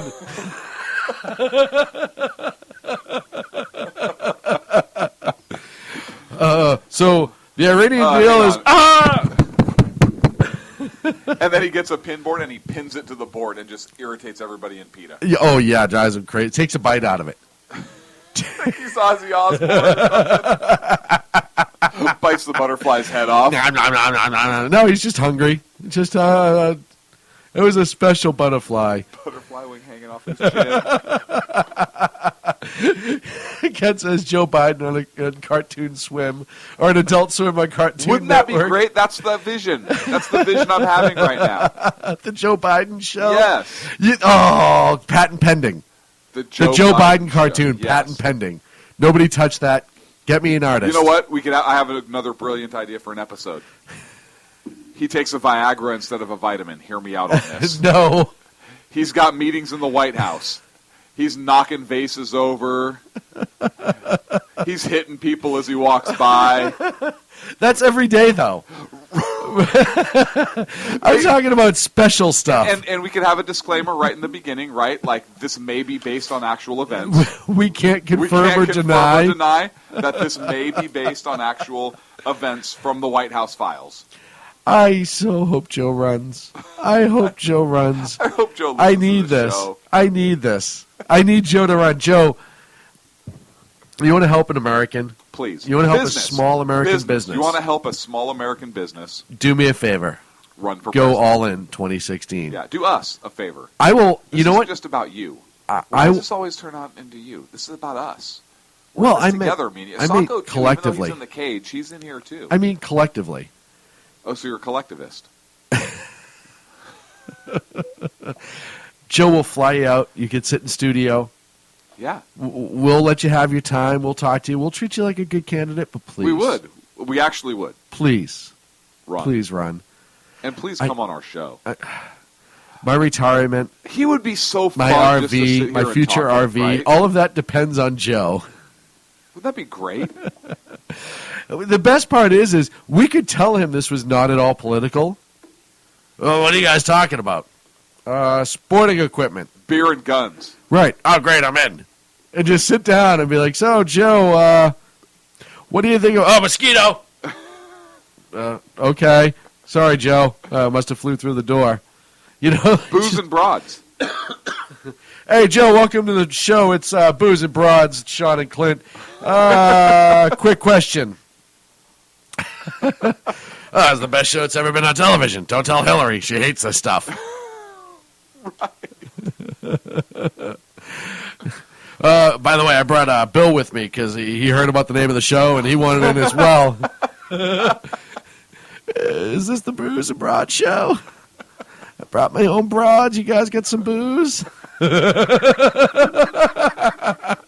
it wrong that I would love to drink with those guys? It would be a blast. It would, right? Well, you put politics aside in that situation. Oh, yeah. No, we would. Because I really think that those two guys know how to not party. getting the nomination, right? So No. we really don't have to talk issues with them. Right. Bill doesn't matter. Everyone knows who Bill is. You know, it would just be... I think those two... You could do such a great show with those two. Clinton would be like, so when's the BJ segment? Right. I got some things to add. Have you seen Hillary's new campaign slogan? If that thing arched up a little bit, be done after me.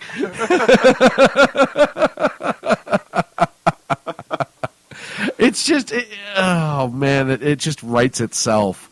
How is this not a cartoon? How has this not been done yet? Especially Biden. Like, I get the Hillary, the Bill joke kind of went out in the 90s, and they're coming back now because Hillary's around. I get that. Right. But Joe is such current fodder. And you could really put him in so many amazing situations. Like everyday situations, too. Just like Joe Goes to the DMV. That's an hour show right there. Easy. He's just, they have like the table with all the forms you have to fill out. And just like forms are flying all over the place. And like there's a pen sticking out of a guy's head. And what's going on here? Vice President's in renewing his driver's license. And then you get to the driving test and the vision test. And there's a couple females in there. His driver's license picture is him nuzzling a female that was randomly in line. Like, that's his new DL picture. All this wonderful stuff. Why does it take a simpleton like us to come up with such a brilliant show? Because we have a simple sense of humor. We do. Right? We do. And it's a crude sense of humor. It's a very basic, innate, male... It is. Sense of I won't humor. argue. And potty humor. It's totally potty humor. During the debates, you see Joe walk on stage and walk by Hillary, and she does the goose jump. Yeah, good luck out there, kid. Been working out. Feels a little firmer than it did. Go get him, dude. Hey, bro, let me ask you something. Hey, Mr. Vice President, that's Mrs. Hillary Clinton. Oh, sorry. I thought it was just the roadie. I thought it was the guy setting up the stage. I was going to ask him where the beer was in this place. And I got to take a whiz. Nice helmet hair. Hey, Toots, you want to come hold something for me? Yeah, Mr. Vice President, the debate started 18 minutes ago. Oh. Is it my turn or hers? The answer's 12. Next. I got this. What is foreign... You don't have to say what is, sir. This isn't Jeopardy. Oh. I'll spin, Alex. These questions are tough. Can we just play Rock'em Sock'em Robots or something? Does anybody have a Rock'em Sock'em set? Anybody? Hey, do you ladies want to play Twister? No, I always keep I got a board here in my jacket. I always keep one just in case. And baby oil. How'd that get there? Whoa. Well, you know what they say. When in Rome. I don't know what the rest of that means, but they say that.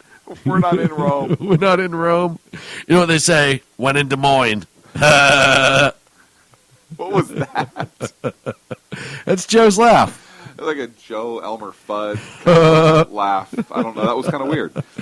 How did we get so far off topic? 4 more years. Get back to Iran. That would be me in 2020 if Joe won. You'd vote for Joe. 4 more years. Just for fodder for the show. Pay for my retirement home. So back to Iran. So we talked about how the Senate... passed a resolution. The Foreign Relations Committee. Yeah, passed a resolution to say that 19 to nothing was the vote. So it was a unanimous vote in the committee. And there's listen, even the Democrats are mad about this right now. A lot of Democrats in Congress are very Obama angry. even said with this new version that he would sign it. Which would be, hey, Mr. President, you don't need to sign it. It's already in the Constitution. I'll sign this. They can do it. It's just utter incompetence. It's sad. Because it shows you what he focuses on. Yeah. And what he doesn't. And he focuses on how to use the Constitution against people. Uh-huh. But he certainly doesn't know how it works. You know what I mean? Like, he could cherry pick certain things and exploit that. But he doesn't have an understanding. Right. Contrary to what he says.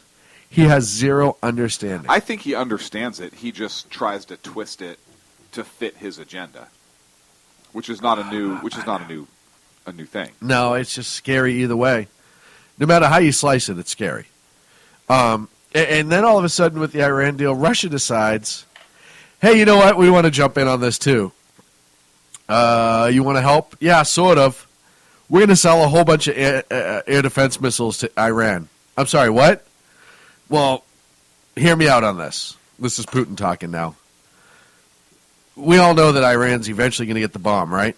Well, yeah, 17 years. Even the president said that in 17 years. Okay, so Israel's probably going to strike in about 15, right? So we'll start selling the missiles now. 15 minutes. Yeah, no kidding. We're going to start selling the missiles now, and then when Israel strikes, they're going to need more missiles. We get more money, and it'll just be cyclical for as long as time goes on. They played the pro-capitalist in this right away. They kind of did. But another thing Russia's done here is they know, I think, that if a deal is reached, that Israel's going to strike. Yes. So by us agreeing to this deal and forcing, in essence, Israel to strike, we're setting them up. Oh, absolutely. Well, particularly if the Russians are now going to sell weapons. This is just going to make what Israel was trying to do increasingly more difficult. Yeah. Obviously, more Israeli lives are going to be lost. Because these are the S-300 missiles. Uh-huh. They're much more advanced than anything Iran has. They're more advanced than the S-299 missiles. Leap years ahead of the S-295s. And don't get me going about the S-220s. Now. Right. I can't believe they've had 300 versions of the missile. And did they start with A? Was it the Russian A1 through 999 and then B1 and now they're at the S-300? They're like, well, we're not good at this at all. We're just not good at missiles, apparently. We have to keep going. Well, that's how they do their planes. The MiG, the Su, Sikorsky, all that. They started with one, so maybe. The 300th variant of that missile under the S-class, brilliant. This missile's only been around for 6 months. Yeah, the other ones were all miserable failures. Yeah, let's keep going. Took us 300 times to get it right. Is this one going to work? Don't know. It's like never tried it. We might sell you the Don't S-301 know. next. Having a clue. That thing could go all the way to America, do absolutely nothing. Or Could blow just yourselves up. We don't know. literally not even ignite. Okay, so we're going to tell you, the first time we tested it was in Crimea. There was an airplane that was flying. Anyways, it's a long story. It But worked anyways, then, it worked- without it any worked problem that one whatsoever. time. So, Fuel, a vodka. yeah, 100% vodka powered. That'd be great.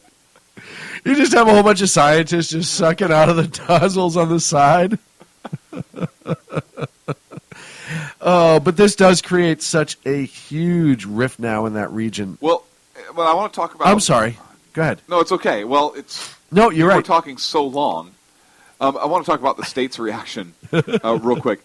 There are some states that are actually passing their own sanctions against Iran because they're angry, and it's close to 24 states that have done this, and they're doing this like Kansas and Mississippi already have some kind of sanctions in place. They want to add more. Any companies linked to Iran in certain sectors of the economy, they're basically saying, hey, the states can't do business with. They're taking public pension funds and divesting them from firms that have Iran-linked operations. Good. Absolutely. So it's interesting how you have states really seizing their power finally. I mean, the states have kind of This is kind of a trend I think we're starting to see more of. But you have these states that are really seizing some of this power and kind of doing their own things with their state funds. So it doesn't. The federal government has nothing they can do. You can't do this. What do you think? I was happy. I'm very happy. I agree with you 100%. The state is, sadly, states feel that they have to take the role of the federal government or at least be involved and step in where they don't think the federal government's going to. Mm-hmm. This whole deal is a disaster. We've talked about it ad nauseum. There's just no good can come out of this deal. Right. You have out of Florida, there was a senator, a state senator, who said that Iran would essentially have to change their behavior dramatically, and that the state would not be guided by Obama's opinion about the Iranians. No, right. We're talking about state funds, state contracts, state retirement benefits, and so they can choose what to do with their money. And it's nothing. Before I read the article, and I read that article on FoxNews.com. The name of the article was "States Slam the Brakes on Iran and Act Tough Economic Sanctions." It's a pretty good article. I didn't realize that, and I don't know why I hadn't thought about this, but I didn't even think that the states would not have the authority to do that, but just that they would, or that they would get involved at all. Right, that they had investments even pending in Iran in companies tied to Iran. So and I don't know why that didn't dawn on me. I'm a little bit disappointed myself, but it. I am too, actually. Right? Yeah, I'm a little off my game lately. That's a demerit. I'm a little off my game lately. No, I don't get a demerit because I brought beer. Well, that added 2 points. And so I'm -1, so I'm still plus you're one. up 1, right. You're okay, good. Yeah, I'm still up 1. We'll keep you in the game. I just wanted to make sure I wasn't at 0 because I was going to be upset since I did bring an amazing... No. You were not at 0. No, it's good to see that the states are invested and that the states are getting involved. It brings up the talk about the Convention of States. And April 15th is a big day to talk about that. And the power the states have. And, we talk about when the direct election of senators was passed, the 17th, what a horrible thing that did for states' rights. And there's been this trend for the last 30 years at least, the recent 30 years that just passed, to really minimalize the states individually in the process of government in this country, and the importance of states' rights and the importance of states' activity. If anything, it's been pushed away completely that states answer to the federal government when they really don't. That states don't really have an interest in foreign policy when they do. And they have a power and authority to affect it. And things like the Convention of States, if required and if it happens, would once again show people that there's a reason why we're called the United States. The states make up the Union. And the states are really the ones that are supposed to have most of the power.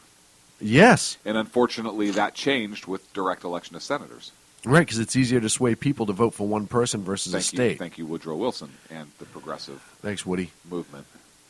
Thanks, Woody and mayonnaise. Bernaise. You're looking at mayonnaise. Great movie. I love that movie. Great movie. Was a great movie. Officer and a Gentleman. Yep. Lou Gossett Jr. I know, and Richard Gere. That was his name. I went with the big star. You do a good job of pulling out the nobodies. Okay, so Lou Gossett Jr.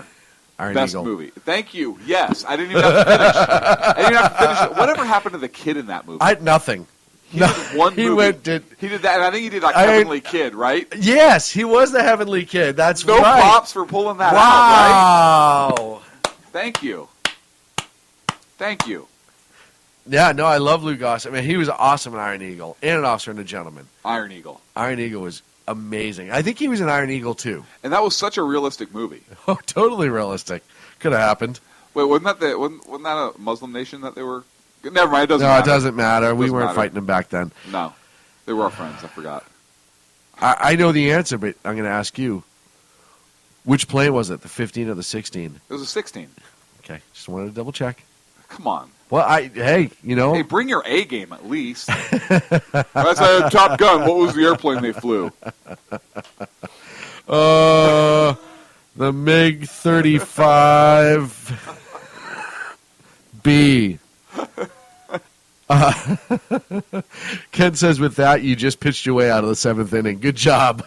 Thank you. Heavenly Kid was amazing. That was a good one, dude, right? Thank you. And it was the same kid. Yeah.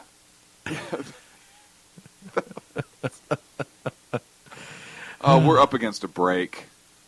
Okay, so you're in close. So what you want to do now, he has the tape for him so he can talk him through it. Choppy! And then he just puts in a little Van Halen. And then Was it Van Halen? Then you knew it was time for an unnamed nation of Arabic descent to pay the price. Make that movie today. Oh, it's racist. Yeah. Are you looking you couldn't even go after just the Russians when they just did Red Dawn. They had to do the Russians and the North Koreans. You Right. couldn't pick on one nation. But you did in the original Red Dawn. Remember, I think you had the Cubans. Oh, they were involved. Yeah, you had the but Russians Russia and the owned them Cubans. anyhow. Right. It was a little bit different. Right. You had the Russians and the Cubans. Not the cigars. Not the cigar. Everyone would like a cigar, though. Yeah. If Obama has it, they'll be selling them here in no time. Free trade. Because for whatever reason, we just keep negotiating with all these leaders of horrible countries, but can't sit down and have a drink with our number one ally when he comes over. Just will never figure it out. We're up against the break. I already said that. I know. I was reminding myself. What do we got when we come back? I don't want to tell. I don't want to tease that one. It'll piss you off a lot, and then it'll make you angry a lot, and that's all I'm going to say. Yeah, and then there's another story I want to talk about after that. So if we have time, we should have time. We'll be back in 3 here at Sackheads Radio on the SHR Media Network. In a world controlled by corrupt politicians, You got a business. That you didn't build that. a team of ordinary men emerge from the ashes to give voice to the voiceless and hope to the hopeless. Sackhead Sean, Dude, I'm not saying cow for the stupid pro. Sackhead Clint, All good friends of ours usually show up drunk. also starring Sacco as the producer. I'm a little bit drunk, I'm a little bit drunk, 'cause I'm drinking, drinking, drinking. They are the Sackheads Radio Show. Every Wednesday at 8 p.m. Pacific on shrmedia.com.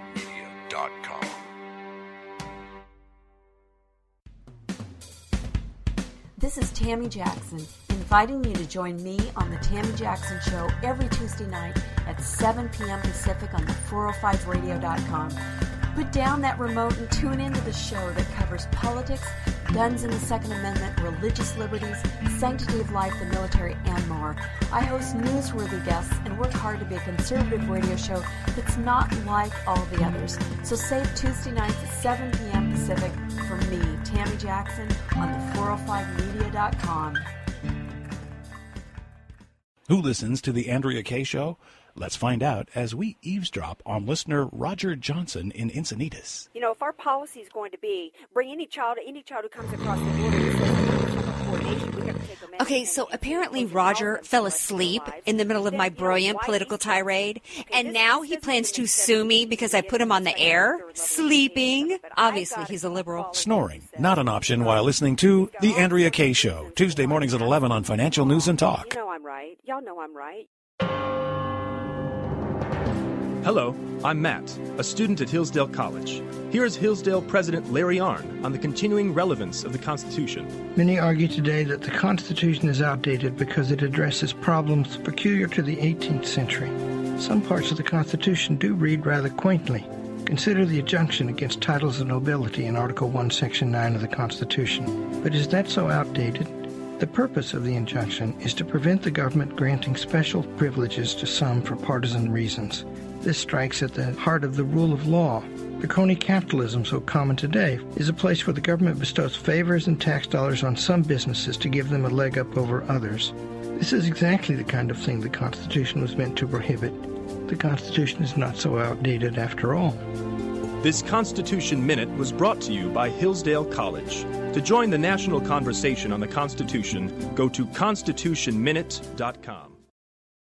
And welcome back to the Sackheads Radio Show live on the SHR Media Network. Clint? That was a quick break. It's always a quick break. I read this story, and I got angry. I don't know if I'm sure our listeners remember this. The attack in Mumbai, India, in 2008. Yes, November 2008. 10 terrorists infiltrated downtown Mumbai. Became I believe it was via the water. They executed a synchronized attack along certain routes of travel. Took over a Jewish community center, hotels. 3-day standoff. In this event, 9 of the 10 terrorists were killed. 1 was captured. 166 people killed in this terrorist attack. Horrific attack. The alleged mastermind behind the attack, was captured, was taken into custody, has been jailed in Pakistan. Zakir Lakhvi. And he was said to be the operations chief for the terror group that was blamed for the attacks. He was released from custody. Good behavior. On a court order pending trial.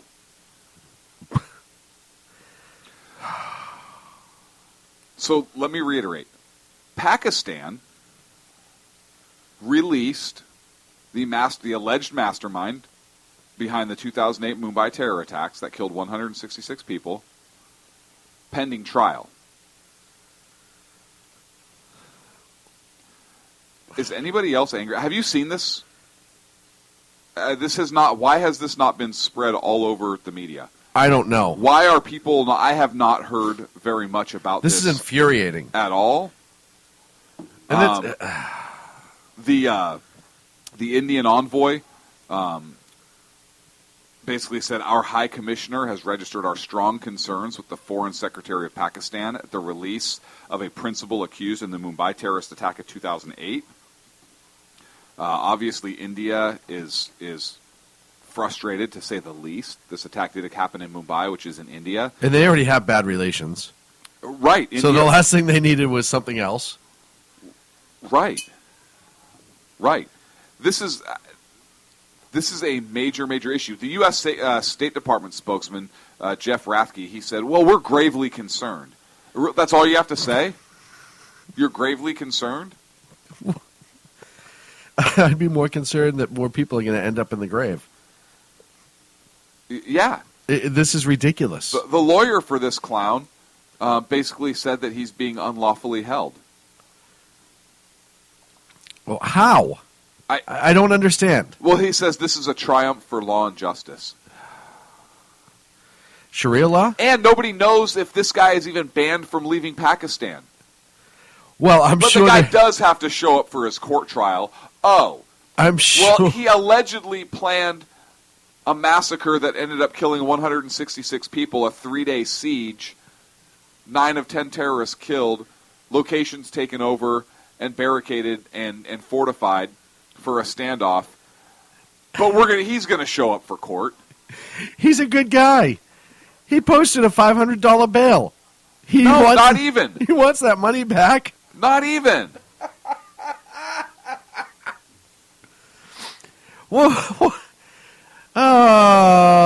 We give money to Pakistan. And this is just in December when there was that Taliban attack on the school. Yes. In Peshawar. Yep. 140 people killed, more than 140 people killed, a lot of them school kids. Yep. Do we give money to Pakistan? Yes. We need to stop. This is ridiculous. So this article, and this is why I didn't want to tease it, because I would have been all upset going into the break. Angry is a better term. I would have been more angry. It's really a travesty. And listen, the only hope now is that he's accidentally traveling in a car that we hit with the drone. That's pretty much accidentally, of course, accidentally. Allegedly. Or that the Indians hit with the drone. The Indians have technology. They have ability. Right. I can't imagine that. I just can't imagine what this is doing to an already rocky relationship over there. And countries with nukes, they don't like each other. And stuff like this does not help. 166 people slaughtered at the plan of this guy. Allegedly. It's just sad. Speaking of terror block, if you will. Uh-huh. Remember how we've been warning on this show specifically for a long time now about the potential for ISIS and other terrorists to penetrate our nation through our southern border?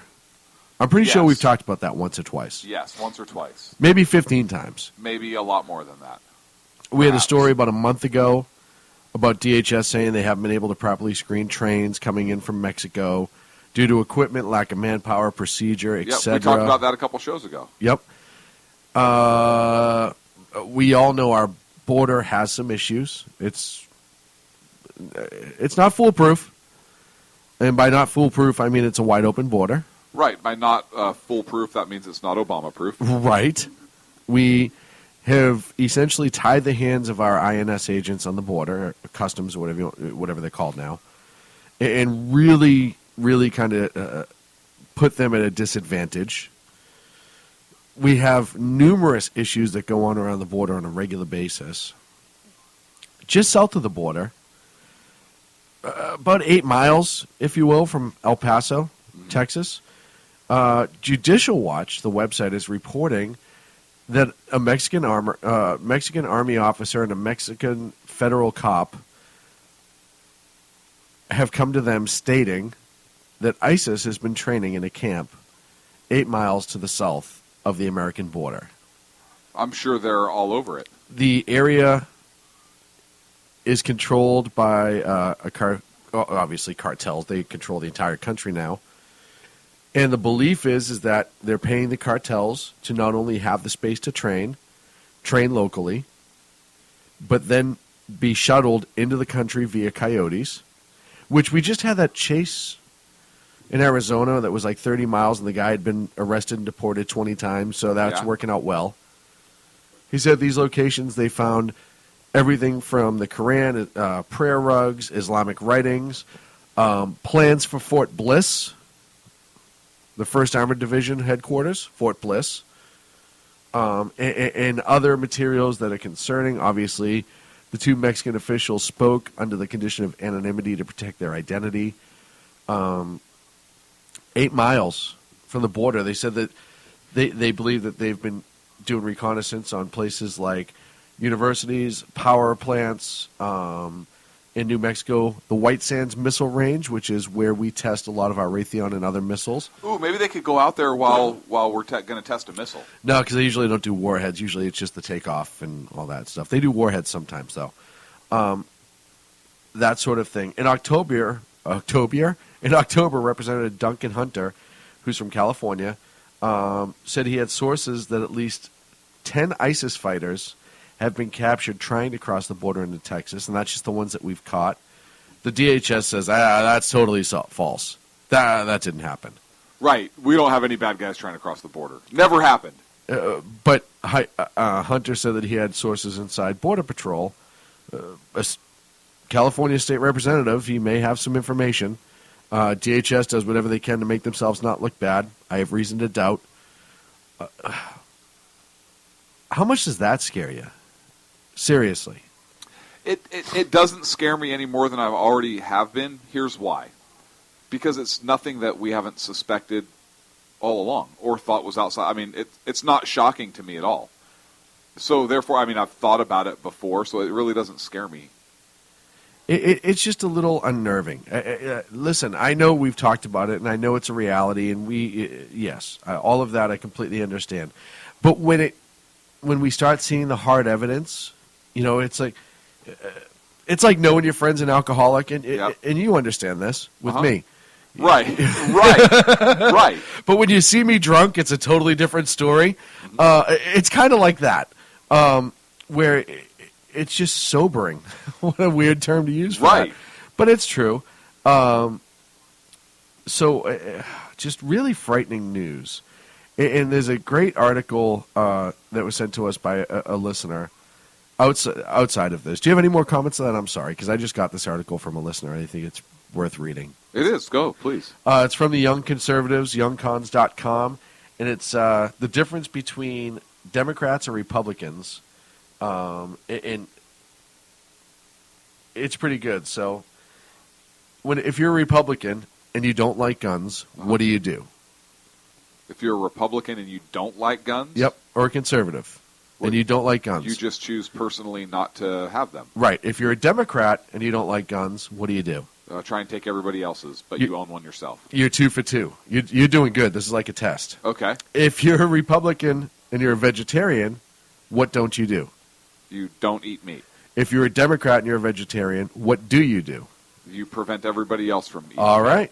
Dude, you're 4 for 4. How are you nailing this? Yeah, I don't know. If you're a Republican and you're gay, what do you do? Have gay sex. If you're a Republican and what you gay, in your outward policy with other people. Right. You're gay, but who cares what you do? Like, I'm not going to affect your life. It's my choice. If it's a Democrat? Then everybody has to be gay.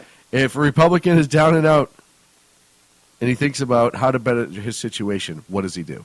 Tries to get a job, does something to better his condition or her condition. Democrat, same position. What does he do? Ask for money from the government. Okay. You're good at this. Republican doesn't like a talk show. What does he do? Doesn't listen to it. If a Democrat doesn't like a talk show, Shut it down. Wow. Am I nailing this? Dude, you haven't been wrong yet. The story of my life, though, right? If a Republican is a non-believer, Uh-huh. what doesn't he do? Believe or go to church. Right. If a Democrat is a non-believer, what does he do? Tries to close down and silence the churches and tell others that they're wrong and they shouldn't worship either. If a Republican decides, you're right, if a Republican decides he needs health care, what does he do? Buys health care. If a Democrat decides it, Ask the government to give it to him. if a Republican reads this, he'll forward it to a friend and laugh. If a Democrat reads this, He'll think it's a bunch of garbage and delete it and talk junk about it. yes.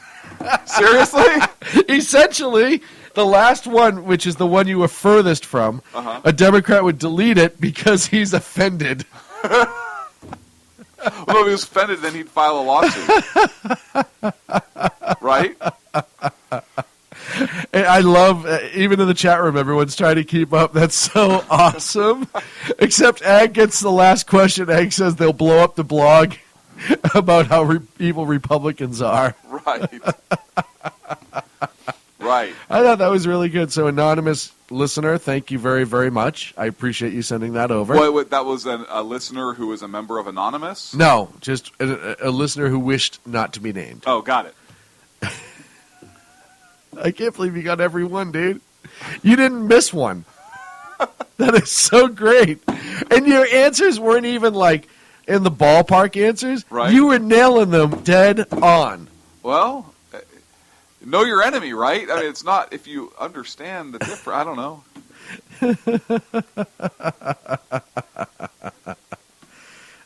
Seems pretty straightforward to me. It does seem very straightforward. Did you see? What was it in Oregon? The sheriff who basically says he's not going to he's not going to enforce the state gun laws requiring background checks between Yes. private party sales. Yes. He basically say, "Yeah, we're not going to do it." Yeah. I don't have the resources or the funding to go after a Class B misdemeanor when I have felonies being committed in my jurisdiction. So, and I'm pretty sure our county charter doesn't allow us to do that anyways. You know what? Sheriffs are starting to make it stand. There's a Kern County sheriff here in California who's stating that he's not going to follow the federal guidelines for dealing with illegals, and that he's going to continue to enforce the law as it is, and how it's written in the state law, et cetera, et cetera. And actually, I was reading up, and I can't remember his name right now. It just slipped out of the top of my head. He's kind of like Joe Preo in a lot of ways. Very old-fashioned, not taking any crud from anybody. And you know, it's definitely one of those things that it's good to see. It's good to see local law enforcement, sheriffs, police chiefs, whatever, standing up for what's right. And it's huge in our country to make sure that is maintained, and they don't allow the federal government to trump and traipse all over them. Other big story that got news this week. I want to ask go you ahead. before you. I want to ask, and I don't know if this is it or not, but you're a New England Patriots fan. Yes. Aaron Hernandez sentenced Yes. to life in prison without parole, convicted of murder Yes. because there is no death penalty. Right. So, What are your but thoughts? automatic life in prison. Yep. The way the law reads. And isn't he pending two other murder trials or two other murder investigations. Okay. It hasn't been confirmed yet. Okay. I believe in Massachusetts he was specifically convicted under. I just read this earlier. Hold on, let me pen through this. It's murder in the first degree. Chapter 265, subsection 1. Automatic life in prison with no possibility for parole. There's not even a sentencing that goes along. It's just automatic. He gets an automatic appeal, however. He will spend the rest of his days in MCI, Mass Correctional Institute, Cedar Junction, and he will be 23 hours in a cage, an hour out, went from $40 million to eating prisoner food. Good. I am so glad that the right thing was done. And the young man that was killed, Odin Lloyd was his name, 27 years old. He was a weekend warrior, as they call him, a football player, played semi-pro, landscaper by day. All accounts is that he wasn't a bad kid. He wasn't perfect. He had his little run-ins here and there, but he wasn't a bad person. He was a father. He had a pretty tight-knit family. And Aaron Hernandez, the thug, who had gang ties from when he was a kid, continued those gang ties. They now believe he was running drugs for them at one point, using his wealth to be involved in money laundering, a lot of other things. Shot this guy in a business park. They think it might have been a drug deal. They're not sure. 6 times in the chest, and then drove home with his buddies, hung out in his man cave, actually had his friends who were involved in there as well, hanging out with his infant daughter at the time. Like, all this other stuff, just cold-hearted.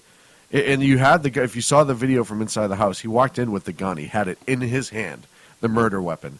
They were able to make the connection back to Hernandez because, being the genius that he is, Odin Lloyd had his rental car keys in his pocket.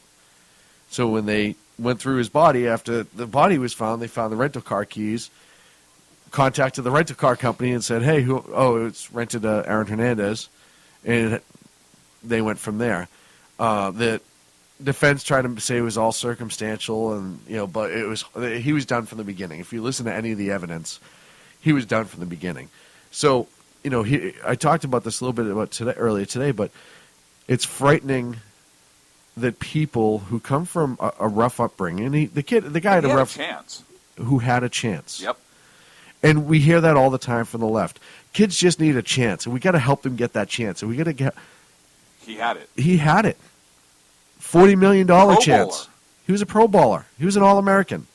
$40 million chance, and he still chose to live the gang life and the thug life. Yep. It doesn't matter how much money you give from somebody and take to somebody else. And our friend Big Fat Paulie says this all the time. If you turn around and you take a house from the ghetto and put it in the nice neighborhood and vice versa, it doesn't make one or the other. It doesn't increase the value of the ghetto house for a reason. Right. The neighborhoods need to change. The people need to change. Yes. They need to understand that it's choices in life you make that affect your situation. Look at Aaron Hernandez. It's not opportunities you didn't get. It's opportunities you either didn't make for yourself or you didn't take advantage of. And it's not the fault of everybody else. You look at, I talked about this today, how criminal the NFL is right now and how much criminality is involved in the NFL. Yes. It's almost encouraged.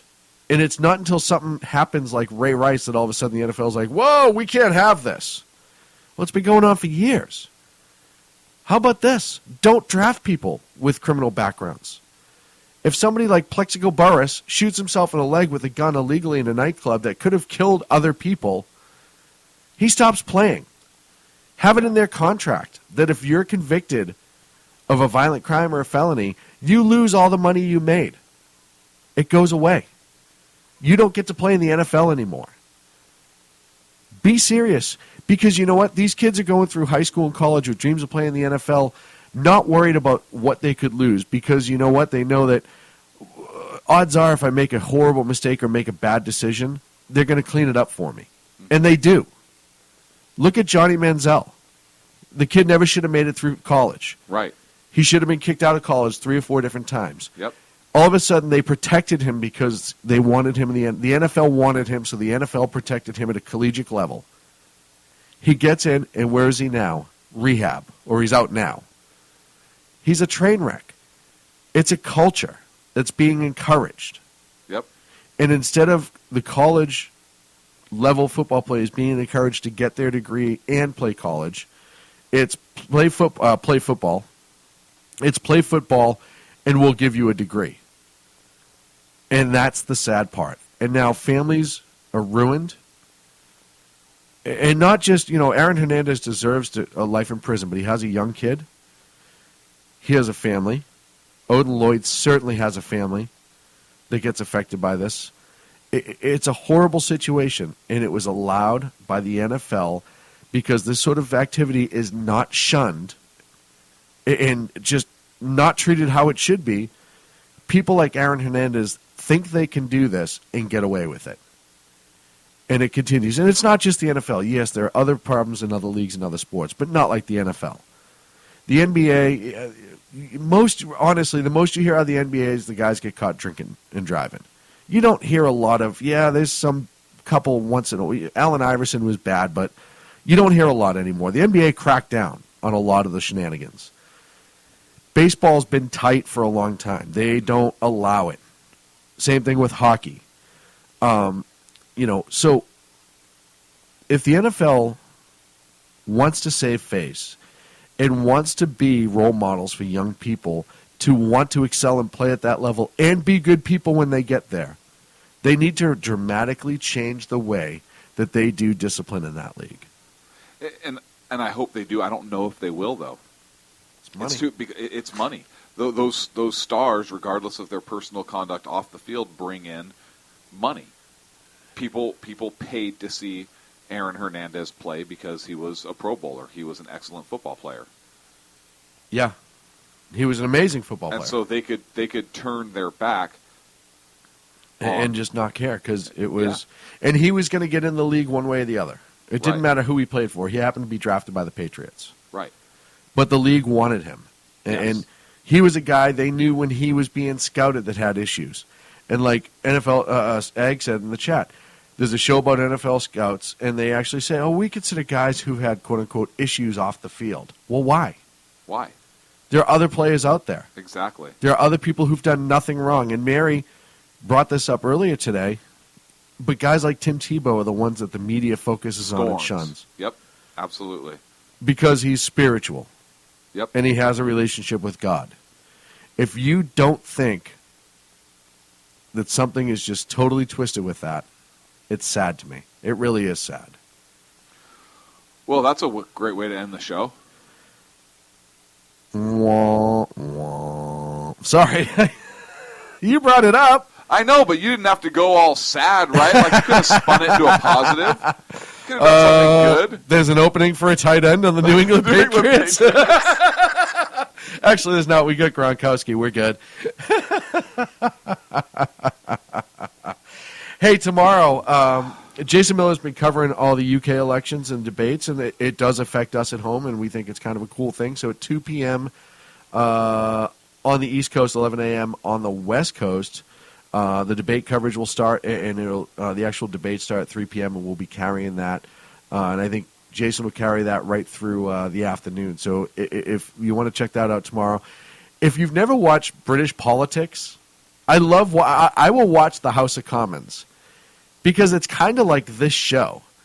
There's business being done, but there's a whole lot of insulting going on. Oh, yeah. It's a blast, actually. It's a lot of fun. So if you've never experienced a British election, it's definitely a great way to check it out. So check it out here on the SHR Media Network tomorrow starting at 11 Pacific and 2 on the East Coast. Oh, wow. My friend? Yes, my friend. It's been a pleasure. It has been a pleasure once again. Always a pleasure. Goes by too quick. 2 hours too quick. 2 and 2? Two and we two. Can't say 2 and 2. That was from another show. Love Connection. Chuck Woolery back in 2 and 2. Good conservative, by the way. Chuck's a serious conservative. A lot of people don't know that, but I follow him on Twitter. Uh-huh. He's a huge conservative. Is he really? Yes. Him and Pat Sajak. Pat Sajak, I think I knew. So it's always funny what you find out about people on Twitter. Kevin Sorbo, Hercules, big conservative. Really? Yes. You find out more and more as time goes on. It's kind of fun. Kind of fun. Check us out next Wednesday night here, 8 p.m. Pacific, 11 on the East Coast on the SHR Media Network. Make sure you check out my show tomorrow morning, The Edge of Liberty, at 12 in the East, 9 in the West, WNJC, 1360 AM in Philadelphia.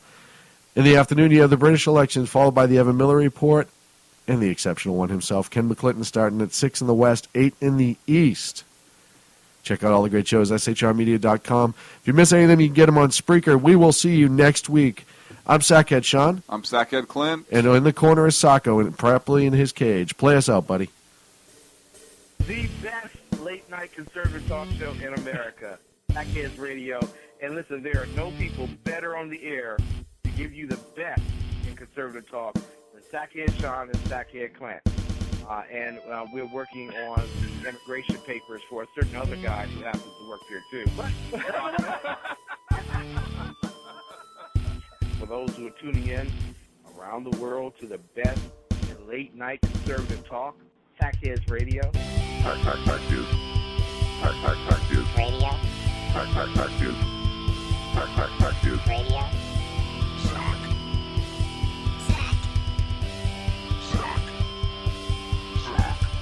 The best late night conservative talk show in America. In America.